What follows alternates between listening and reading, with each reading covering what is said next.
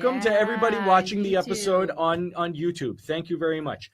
Now, this is my good buddy and my roommate, Tully Bertorelli. Tully, you had a wrestling competition last week that we talked about on the show. How'd you do at that wrestling competition? Pretty good, man. I'm officially the king of Unity Park. Tully Bertorelli, the king of Unity Park. How many men did you have to smash and wrestle to become the king? 20 other men. 20 other men. Wow. Wow. And we haven't... Congratulations. That's very impressive. Yeah. And like, I guess this donor, we upgraded. We have a benefactor for the show. What? We have an anonymous benefactor for the Ryan Carr Show that decided they wanted to pimp out our sound equipment. They noticed we were having a few audio issues. It was more learning issues than anything. So now Tully has a few more toys to play with here. Tully, why don't you show them what your new toys can do? Oh, yeah.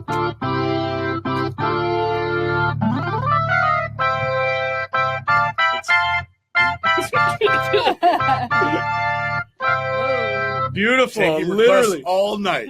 All night. If you have something you want Tully to play on the Ryan Carr Show, write us a comment. I can't really see that far away. I can't see we have Bob, a lot of comments right now. Bob, if you're in the booth, can you start reading off some of the comments so we can get some of those requests for Tully for some songs?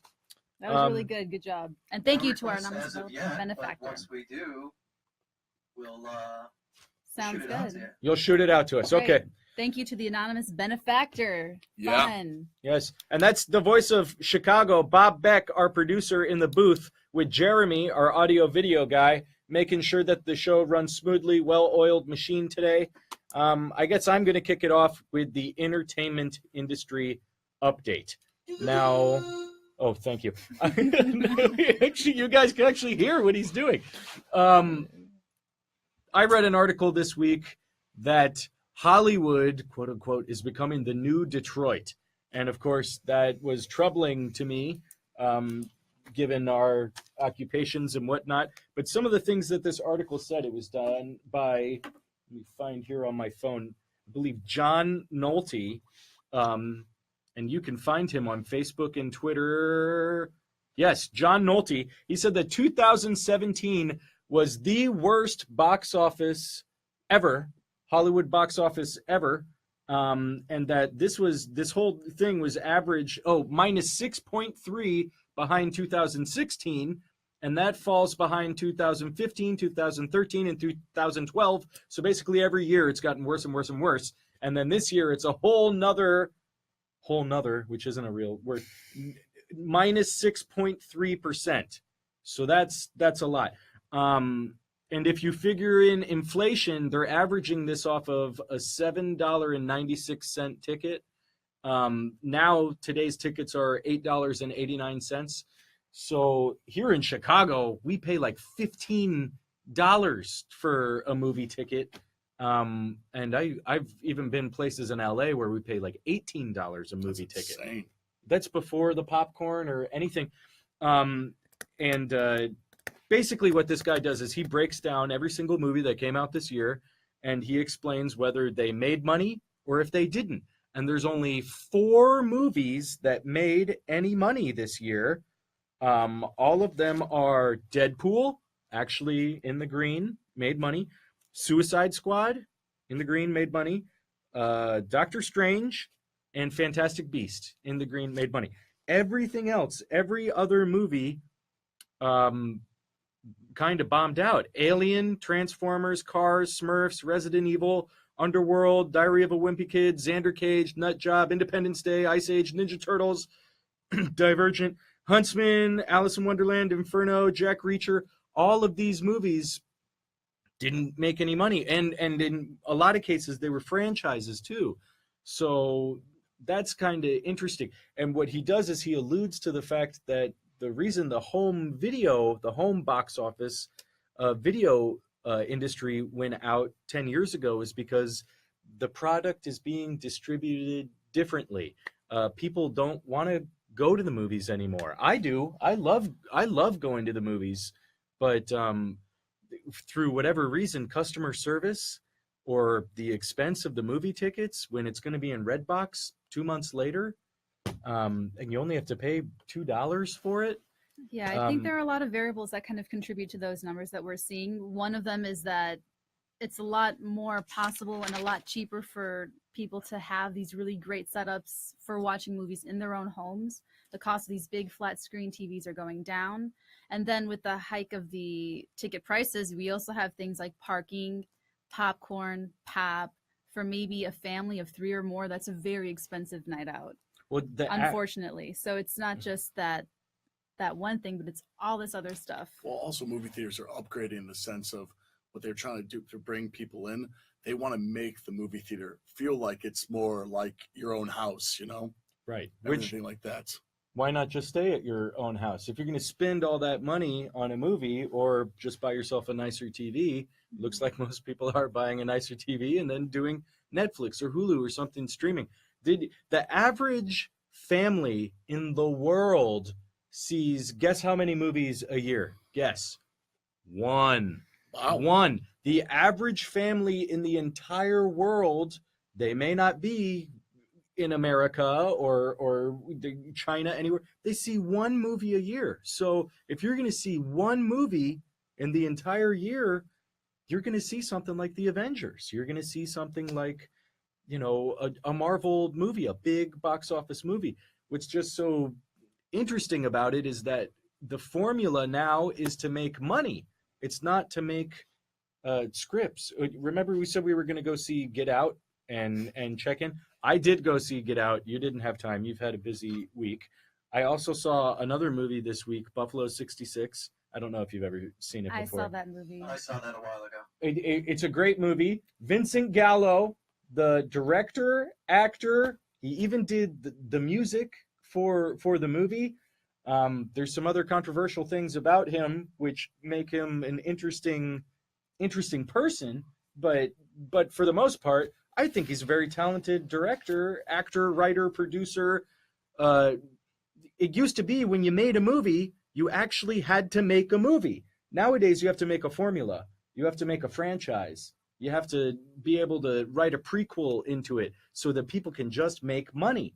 And used to be, if you wanted to be an actor, you had to show people that you could act. You could produce your own work. So this is scary stuff. The canary in the coal mine was really 10 years ago. Blockbuster Video, all those VHS videos. It's like, oh, the technology's obsolete. It doesn't matter anymore. Well, that and in the 90s, a lot of big studios like Disney started replacing their head of creative contents with Harvard law student graduates or basically like finance degree type people. They're completely different positions, yet they were outsourcing all of these content creators and putting in people with these business backgrounds, finance backgrounds, data analyzing backgrounds, and operating officer type economic. Well, it's interesting. So that's kind of, I think, what kind of pushed our movie-going experience to these formulaic things, the prequels, the adaptations, the sequels. That's part of what fits into their formula of what a successful film is. Well, it's interesting that you bring up Disney, because Marvel, when I was at St. Thomas Aquinas High School in Fort Lauderdale, Florida, shout out Raiders. When I was in Fort Lauderdale, Florida, going to high school, we had to do a stock portfolio in economics class. And one of the stocks that I picked was Marvel Entertainment. And at the time, it was right before Spider-Man 1 with Tobey Maguire came out. And Marvel's stock was at $16 a share. By the end of economics class, it was $32 a share. It had doubled. It was like one of my best stocks. And I remember telling my dad, oh my gosh, this thing in stocks and blah. And I was going nuts about it. Like I'd figured out the stock market. And it was like, no, they're just a really great company. And then they were releasing that movie. And when that movie came out, boom, everybody wanted to invest in their company. Now, Marvel, all those movies, Avengers, Black Panther, everything, they're owned by Disney. They were acquired by Disney. At a certain point, it's not like Marvel was a small company. Marvel was a huge company. They still had distribution. They still could make action figures and make cards and all these different types of merchandise things. But Disney, which is like biggest freaking company in the world, Becca. mega company, they just made that so much more. And I think that's what Marvel saw, was like, well, if someone's going to acquire you, you want to get acquired by Disney. That's the same thing that happened with George Lucas and all the Star Wars things. We went to Comic-Con last Saturday, Tully and I. Was that last Saturday? A couple Saturdays ago. 2 weeks ago. It all blends together. Yeah. All right. Tully and I went to Comic-Con, and some of the toys and the stuff that they have there, it's like there's a real Iron Man suit. There's real lightsabers. You can't really like chop people up with them, but that used to be like something you had to go find special from like a special fabricator guy who could make one of those, and then you pay like hundreds of dollars for it.